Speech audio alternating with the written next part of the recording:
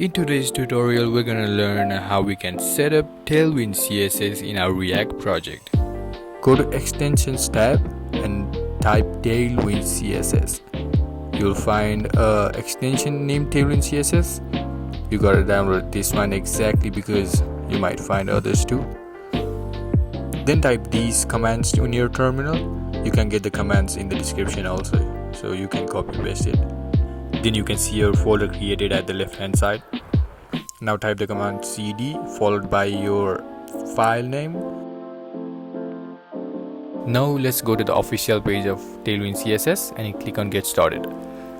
After that you're gonna click on framework guides right there. Then we can see a lot of frameworks here from which we can pick. So we're gonna pick create React app because we're using that one. We've already ran the first two commands. Now let's continue with the second point. So on the second point we can see that we need to install Tailwind CSS. Copy those commands from the copy option and paste it on the command line. After the command is finally executed, you might see some severity vulnerabilities, which is nothing to be scared of. Then you can see our new file named tailwindconfig.js. So open the file and we're gonna make some changes on that. So in the installation documentation, we can see that in step 3 we got to change the code in the file by the one given in the installation process.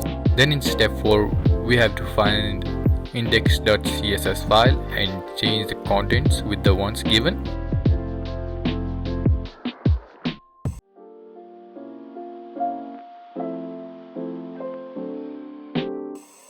Finally, we can run this command to start our application.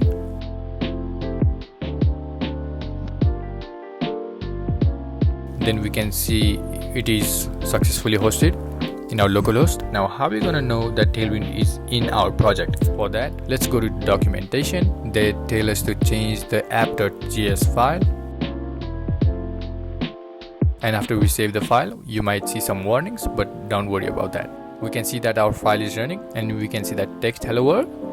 So let's do some changes on the file to see if it's working. So let's change the color of the underline by changing the decoration color to something like blue. The color of the underline is blue now. So to do some more changes, let's go to the documentation, scroll down.